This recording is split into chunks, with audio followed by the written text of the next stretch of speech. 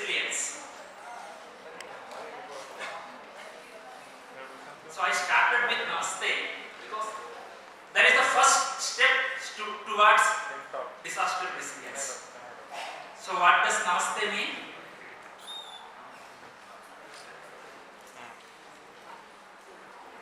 One meaning that I understand is Namaste has a meaning na aham asti. It means this little ego doesn't exist. Means a realization that I am part of the bigger self. Myself, others, other living beings, and the entire nature, universe is part of the bigger self. So when that realization comes, naturally we become humble. So when we say disaster, can you tell any example of a disaster?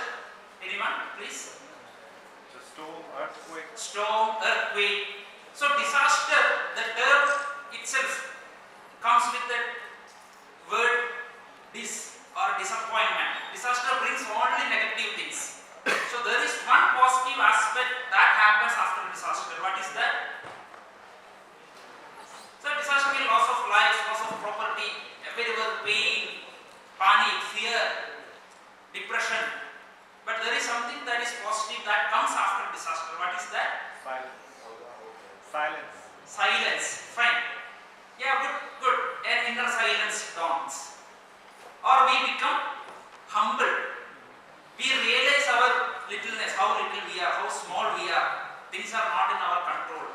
And we forget our small, narrow-minded, hated. People come together. People forget their hatred and come together. We have seen after Chennai floods how people have come together to help each other. And also we become humble and down to earth. So Namaste is the first step towards having that humbleness even before a disaster.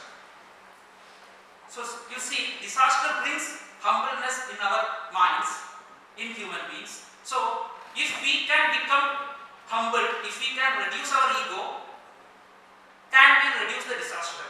Like, see, mother is always very happy to feed milk. But she is very happy to offer. But when the baby starts sucking the blood, mother is still compassionate, but she cannot control herself. Her body goes out of control. So that is how even Gandhiji said, nature has everything to fulfill man's need but not greed. So when we start exploiting the nature, so even technically speaking, most of the floods and droughts come because of most of the human activities. When a rain comes, these days due to climate change, the distribution of rainfall has become very erratic. We are getting, in the month of May itself, we received huge rain.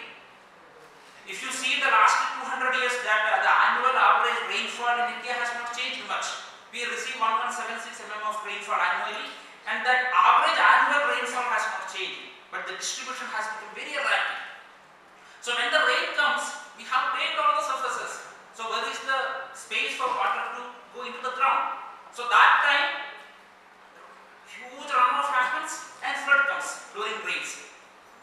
So water is not going into the earth, water is not becoming the part of the hydrological cycle. So during summer we have water scarcity, drought, because the groundwater is depleting. It is not getting recharged.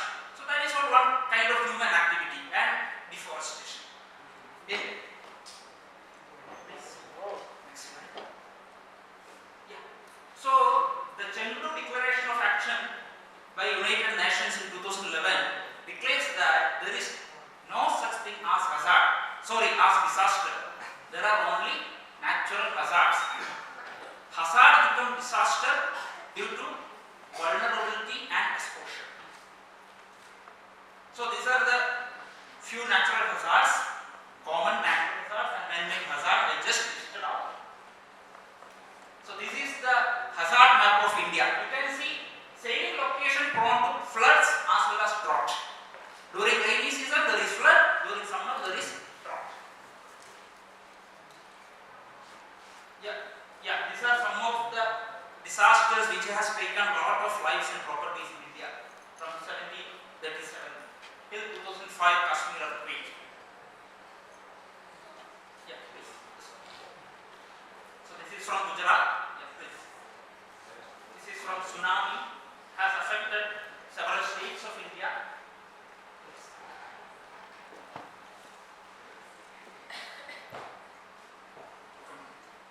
So, as such, hazard does not bring risk, but hazards, exposure, vulnerability, and location. When these all meet, then there is risk. So, our effort should be to reduce the risk. So, we have been following some strategy. After a disaster, what happens? Immediately there is response. We are very proud to say that we have a very fantastic National Disaster Response Force, and Indian Army reaches out very quickly, very promptly. Even not only in India, even when Nepal earthquake happened, also in India was the first international respondent. So first response to avoid immediate disasters, immediate loss of life and properties, then recovery, slowly rehabilitation, relief activities. Then comes mitigation. We do the scientific risk and assessment. Then preparation. This is the disaster management cycle that we have been following, starting from response. So what? Through this talk, I want to give the message is that we should shift our cycle. We should start from preparedness. Please next. So this is the usual response after a disaster, especially in developing countries. 0 to 1 minute, there is panic. Then till 1 week, there is a lot of fear. Then rescue and survival activities keep on continuing. Then 1 week to 1 month, there is blame on builders, politicians. There is a blame game. Then 1 month to 1 year, long-term repairs, etc. goes on. Then in next 10 years, there is a diminishing effect. Then 10 years to next earthquake, there is complete reluctance. People forget everything. When the next major earthquake comes, then these cycles again repeat. So we have to break this. Anyway, I will just skip this. This is just reasons why we are at risk. So if an earthquake happens on an open ground, there is no risk. So earthquakes don't kill people, but buildings do. So growing population and all weak local governance, etc. are the main causes of risk. So I will just take the example of which earthquake. It was a 7.7 magnitude. The Ahmedabad, which was located 250 kilometers from the epicenter, suffered a lot of destruction. So if we see the statistics, a large earthquakes in California brings maybe 50, less than 100 deaths, fatalities, whereas in Bhuj, more than 13,000, Latur, more than 7,000, and Kashmir earthquake, huge, around 1 lakh. So this is a developing country problem. Same statistics you will see in Nepal, Pakistan, Bhutan, Bangladesh. So this says a message that actually California started from 1970s. They started their disaster preparedness activities. So if we are prepared ourselves, we can reduce the fatalities. So first we need to recognize the problem, understand the problem. So we have to accept, yeah, the earthquake risk is there.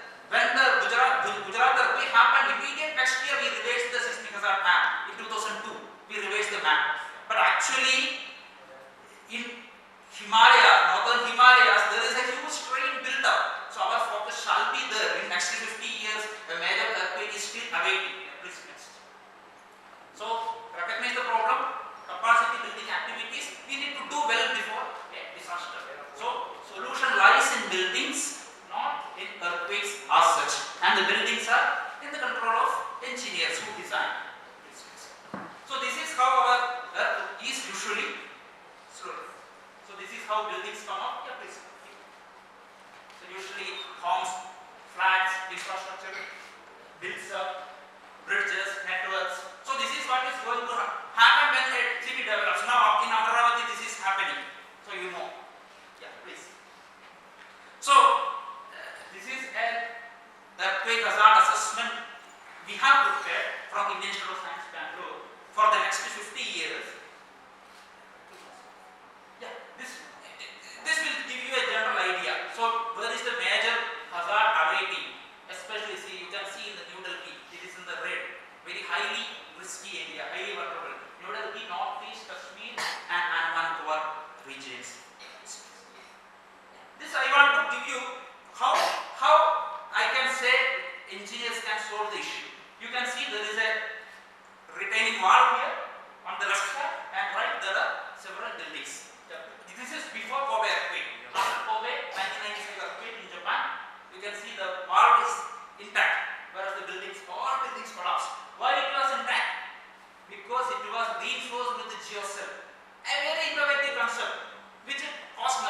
actually in comparison to the total budget, maybe 2% or less than 5% cost.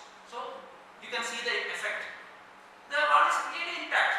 So all lives and property loss happened because of collapse of buildings only during the earthquakes. Yeah.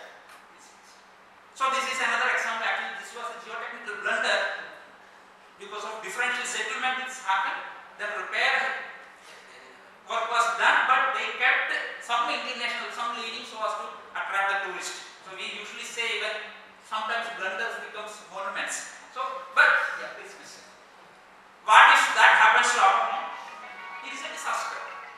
But can we prevent this? Of course we can prevent. So I will tell you some of the examples. This is one innovative soil cellular reinforcement concept which is popularly called as geosense.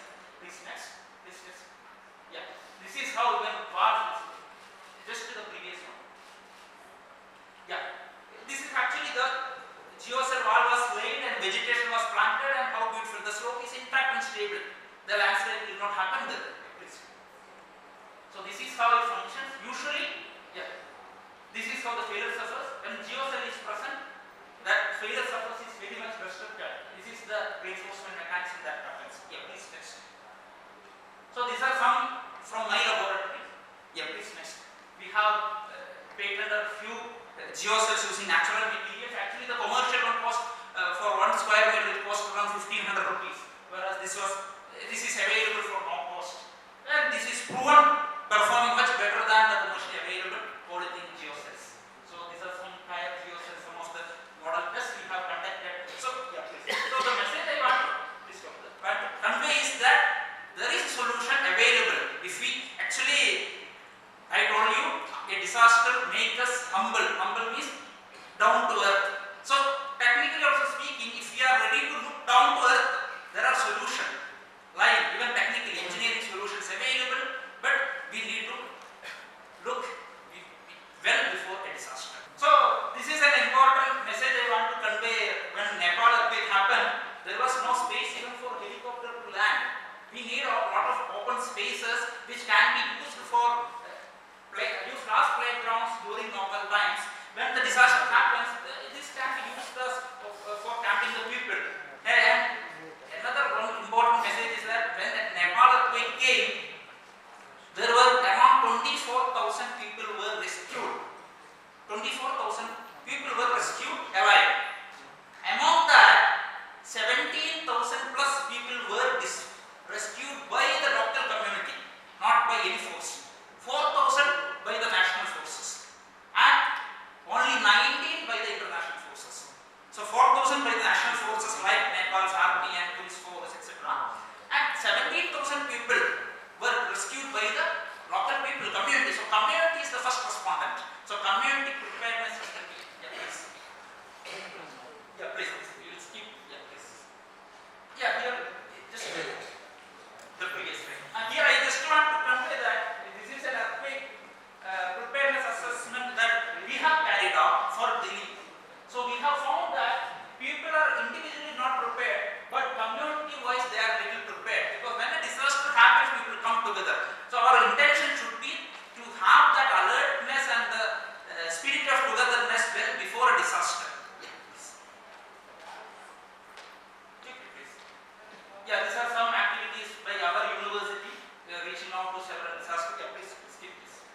Yeah, these are some of the books from our research group. So that I am very happy to say that the National Disaster Management Authority has expressed their interest to translate that preparing for earthquakes lessons for India book in 12 different Indian languages and publish for free of cost or minimum cost of 100 rupees or so. So now the activities is happening, so this you can explore. I will just touch upon another disaster that is flood and drought. So we know India is the land of rivers. Yeah, please. We receive around 4,000 km³ of water annually as rainfall. A major portion of that just drains into the ocean. Just to stop here.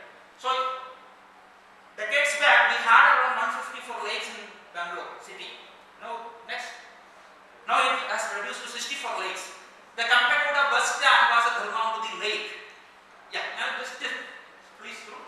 So I will just, we had a lot of traditional water harvesting structures, Nahar finds in Bihar, Ganga, inundation canal, Bhandaras of Maharashtra, Cheru from Andhra, hills in north. Yeah, please stop there. These are surangas from my place actually, Kasargod, the Mangalore-Kasargod border, the lateral wells, horizontal wells. Yeah, please.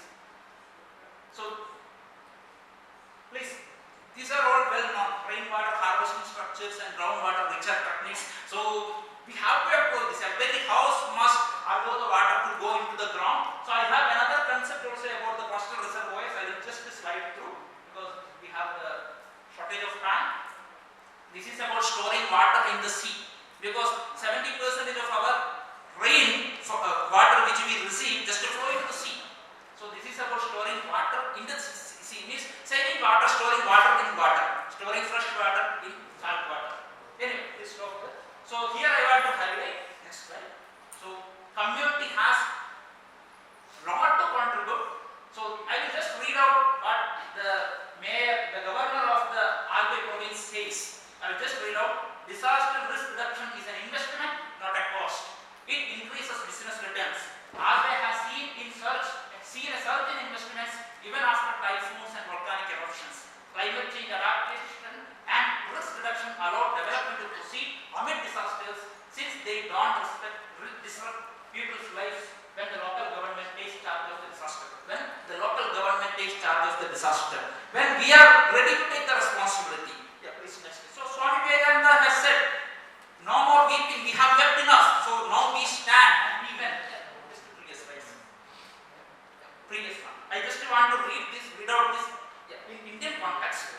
So India is prone to most of the natural hazards, but it is in our hands to make the country resilient such that no hazard turns into a disaster.